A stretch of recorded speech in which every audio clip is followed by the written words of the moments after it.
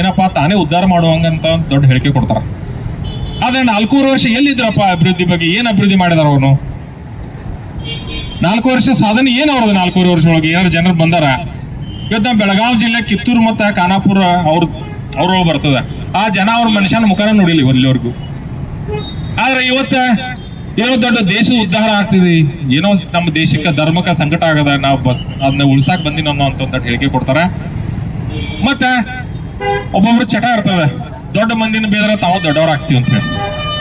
ಈ ಮನುಷ್ಯಂದ ಅದ ಸಿದ್ದರಾಮಯ್ಯನ ಅಂತ ದೊಡ್ಡ ಮನುಷ್ಯನ ಬೈದ್ರೆ ತಂದೇನೋ ಹೆಚ್ಚಾಗ್ತದೆ ಅಂತ ಹೇಳಿ ತಮ್ಮ ಹೆಸರು ಮಾಡ್ಕೋ ಒಂದು ಉದ್ದೇಶದಿಂದ